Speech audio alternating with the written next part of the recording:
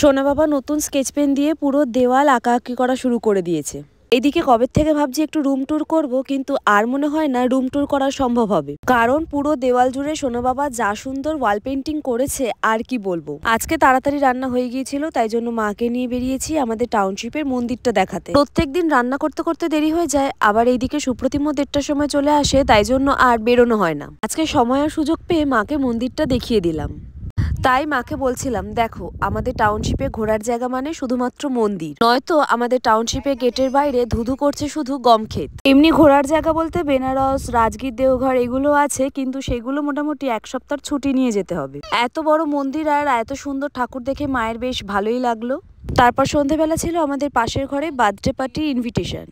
সন্ধেবেলা সোনা বাবাকে তাড়াতাড়ি করে খাইয়ে দিয়েছি, তারপর আমি আর ও একটুখানি রেডি হয়ে নিলাম। এখন পাশের ঘরে চলে যাব, আমাদের রুমের ঠিক পাশে। টাউনশিপে এসে এই প্রথমবার কোনো বার্থডে পার্টিতে যাচ্ছি।